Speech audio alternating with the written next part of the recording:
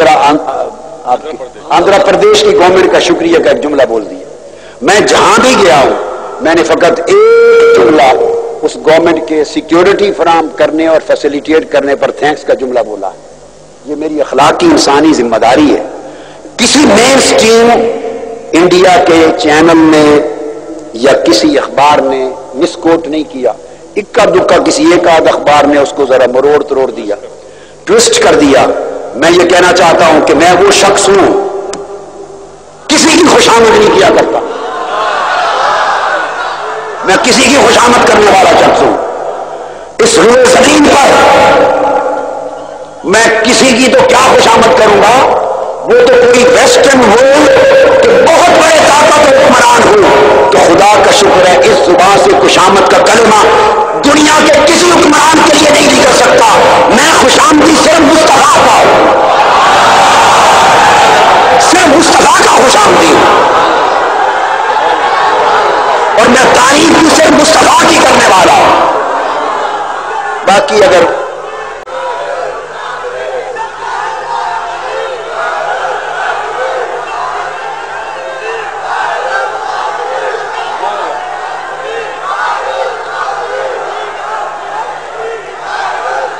اس لیے میں Indian press اور میڈیا کو بار دیگر مبارکباد دیتے ہوئے کہ ان کے مین سٹریم تمام پریس نے گجراتی زبان کے اخبارات میں بھی اور ٹائمز آف انڈیا سمیت سب نے پازیٹیو رپورٹنگ کی. میں ان کا پھر شکریہ کرتا ہوں. لیکن سب سے کہتا ہوں کہ کوئی اکا دکا اخبار چھوٹا موٹا میرے اس دورے کو, یہ میرا دورہ امن ہے, میرا دورہ محبت ہے. میں نفرتوں کو بچانے آیا ہوں. ایسا کومنٹ کسی چیز پہ نہیں کر سکتا جو رائٹ اور لیفٹ اس کا معنی غلط توڑ مروڑ کیا جا سکے. میرے پیغام کو نیچرل اسپرٹ پہنچائیں تاکہ نفرتوں کی آگ کو بچایا جا سکے. اور میرے دورے سے اگر سرزمین ہند پر مسلمانوں اور ہندوؤں کے مابین محبت, بھائی چارے اور برداشت کی فضا پیدا ہو سکتی ہے تو میں سمجھوں گا کہ میں عبادت کو کام کر کے گیا ہوں. مگر میرے بیان کو مروڑا نہ جائے, توڑا نہ جائے. پھر میری ہر سٹیٹمنٹ ریکارڈ پر ہے, میری ہر پریس کانفرنس ریکارڈڈ ہے, میری ہر جملہ ریکارڈڈ ہے. لہذا کہیں ایسا مغالطہ ہو تو براہ راست میری سٹیٹمنٹ کو سنیں, ریکارڈڈ سٹیٹمنٹ کو. تو میں عرض یہ کر رہا تھا آخری حصہ میری گفتگو کا جو نچوڑ ہے, لوگوں آقا علیہ الصلوۃ والسلام کی سیرت سن لی, لیکن اب معاملہ یہ ہے کہ آقا علیہ الصلوۃ والسلام کے ساتھ ہمیں اپنے تعلق کو مضبوطی سے استوار کرنا ہوگا, اپنے تعلق کو استوار کرنا ہوگا اس دنیا میں بھی,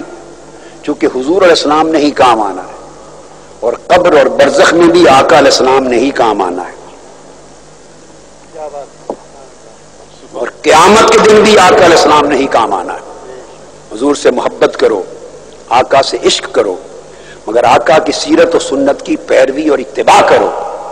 پھر آقا کے نقش قدم پر چلو, آقا کے اسوہ اور آقا کے طریقے کو اپناؤ, آقا کے اسوہ و طریقے کو اپناؤ. اس لیے کہ آقا علیہ السلام بڑا سٹرونگ تعلق اپنی امت کے ہر فرد کے ساتھ آج بھی رکھتے ہیں.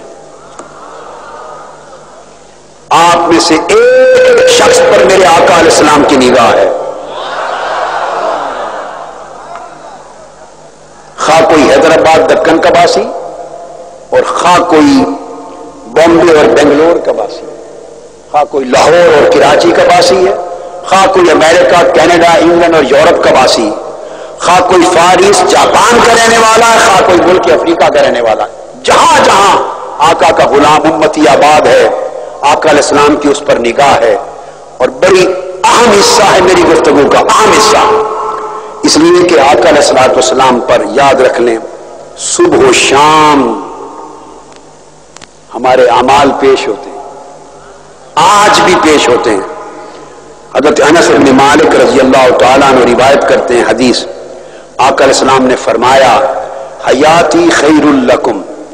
میرا ظاہر حیات میں زندہ رہنا بھی تمہارے لیے خیر ہے, اور فرمایا فَإِذَا أَنَا مِتُّ كَانَتْ وَفَاتِي خَيْرًا لَكُمْ, اور جب میری وفات ہو جائے گی تو میرا وفات پا جانا بھی تمہارے لیے خیر ہے. صحابہ کرام نے پوچھا یا رسول اللہ آپ کی ظاہری حیات تو خیر فرمایا ہے وفات کیسے خیر ہوگی؟ فرمایا اس لیے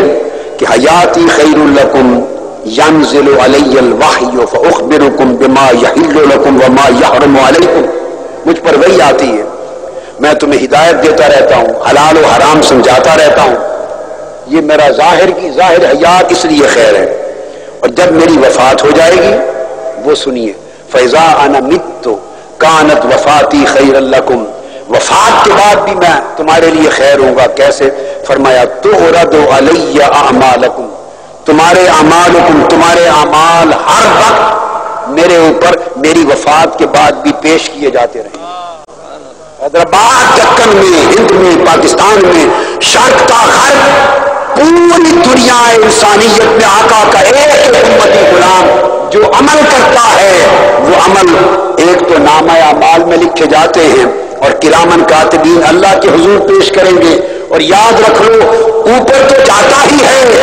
دو چینلز ہیں، دوسرا ہر عمل ساتھ گنبد خضرا میں پیش کیا جاتا ہے آقا علیہ السلام کو، اور آقا نے فرمایا وَإِن رَأَيْتُ، فرمایا فَإِن رَأَيْتُ خَيْرًا حَمِدتُ اللَّهَ وَإِن رَأَيْتُ غَيْرَ ذَلِكَ اسْتَغْفَرْتُ اللَّهَ لَكُمْ، اگر تمہارے نیک اعمال میں دیکھوں تو اللہ کی بارگاہ میں شکر ادا کرتا ہوں، اور اگر کوئی تمہارے گناہ گاری خطا کاری پہنچ جائے تو میں آج بھی گنبد خضرا میں لیٹا ہوا تمہاری بخشش کی دعا کرتا رہتا ہوں اور تمہارے لیے شفاعت کرتا رہتا ہوں۔ آپ نے اندازہ کر لیا کہ آقا علیہ السلام نے پھر فرمایا، حضرت بکر بن عبداللہ المزنی کی روایت سے فرمایا کہ تُعْرَضُ عَلَيَّ أَعْمَالُكُمْ فَمَا رَأَيْتُ مِنْ خَيْرٍ حَمِدتُ اللَّهَ عَلَيْهِ وَمَا رَأَيْتُ مِنْ شَرٍّ اسْتَغْفَرْتُ اللَّهَ لَكُمْ، تمہارے اعمال مجھ پر پیش ہوتے رہتے ہیں۔ اس حدیث کی تمام احادیث صحیحہ سے ثابت ہوا کہ آقا علیہ السلام کانسٹنٹ کنیکشن کے ساتھ ہیں، حضور متصل ہمارا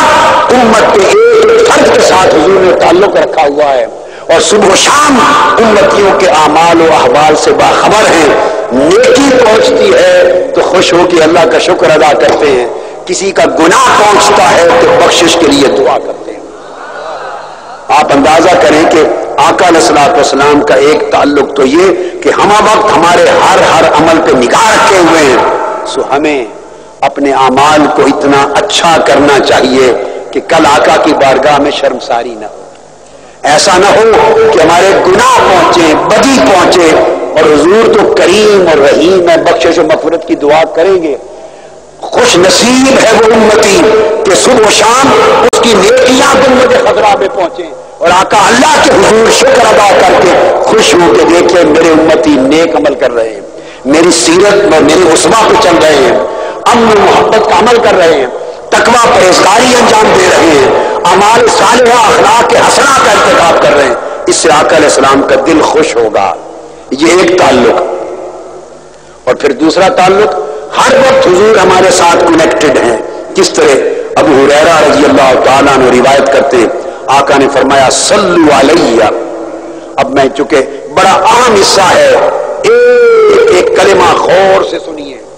اب چونکہ دار السلام ہے تو میں اس مناسبت سے بات اینڈ پر لا رہا ہوں۔ آقا علیہ السلام نے فرمایا صلو علیہ فإن صلاتکم تبلغنی حیث کنتم، مجھ پر درود کثرت سے پڑھا کرو، درود کثرت سے پڑھا کرو۔ آقا علیہ السلام نے فرمایا اس لیے کہ تمہارا پڑھا ہوا ہر درود براہ راست مجھ تک پہنچتا ہے۔ آقا علیہ السلام دیکھیے، ایک طریقہ تو یہ ہے کہ فرشتے ہر درود کو پہنچاتے ہیں، وہ بارگاہ کی عظمت کا تقاضا ہے ادب کے لیے، مگر میں آقا کا ڈائریکٹ لنک رکھنا امت کے ساتھ، اور جس طرح مالک اپنے غلام کی بات براہ راست سنتا، ایک ہے ایک چینل کے ذریعے پہنچنا، کام تب بھی ہو جاتا ہے، مگر اس غلام اور اس رعایا کی خوشی کا عالم کیا ہوگا جس میں بغیر کسی چینل سے مالک خود بات کو سنے کہ بتا تیری کیا ہے۔ تو لوگوں، ملائکہ درود و سلام تو آقا تک پہنچاتے ہی ہیں، مگر خوش نصیبی یہ ہے کہ امت کے ہر فرد کا درود و سلام آقا علیہ السلام بذات خود روزانہ سنتے ہیں، خود روزانہ سنتے ہیں، اور روزانہ سننے پر حدیث ہے امام حسن حسن مجتبی کرم اللہ وجہ الکریم کی روایت ہے، جسے امام ابو یعلا نے مسند میں روایت کیا، امام حیثمی نے مجموع الزوائد میں، حافظ ابن حجر اسقلانی نے، سخاوی نے، سب نے روایت کیا کہ آقا علیہ السلام نے فرمایا لوگوں صلو علیہ وسلموا، مجھ پر کثرت سے درود بھی پڑھا کرو، درود بھی پڑھا کرو اور مجھ پر سلام بھی پڑھا کرو. امپورٹنٹ نکتہ ہے، درود بھی پڑھا کرو اور مجھ پر سلام بھی پڑھا کرو. فرمایا فإن صلاتکم وسلامکم یبلغنی اینما کنتم، فرمایا کہ تمہارا صلاۃ درود اور تمہارا سلام دونوں براہ راست مجھ تک پہنچتے ہیں جہاں سے بھی کرتے ہو. دکن کے لوگوں، اللہ کی عزت کی قسم اور آقا دو جہاں کی حدیث پاک کی قسم، آقا نے فرمایا اگر دکن کے شہر کے گھر میں بیٹھا ہوا، مانا بتا رہا ہوں، دہلی کے کوئی گھر میں بیٹھا، پاکستان اور عرب و عجم میں گھر میں بیٹھا، فرمایا اینما کنتم، روئے زمین کے جس مقام سے بھی میرا امتی مجھ پر درود پڑھتا ہے یا سلام پڑھتا ہے، اس کا درود بھی ڈائریکٹ مجھ تک پہنچتا ہے، اس کا سلام بھی براہ راست مجھ تک پہنچتا ہے. اور پھر بات صرف یہ نہیں، حیرانگی کی بات ہے، اس حدیث کے اوپر ایک عجب مضمون آج آپ کو سنانے والا ہوں، عجب، جو شاید کثرت کے ساتھ آپ نے پہلے سنا پڑھا نہ ہو،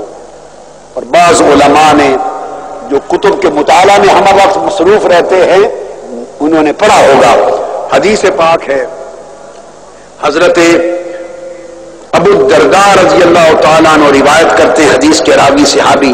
اور امام طبرانی نے تخریج کی ہے اس کو، امام طبرانی نے اس حدیث کی تخریج کی،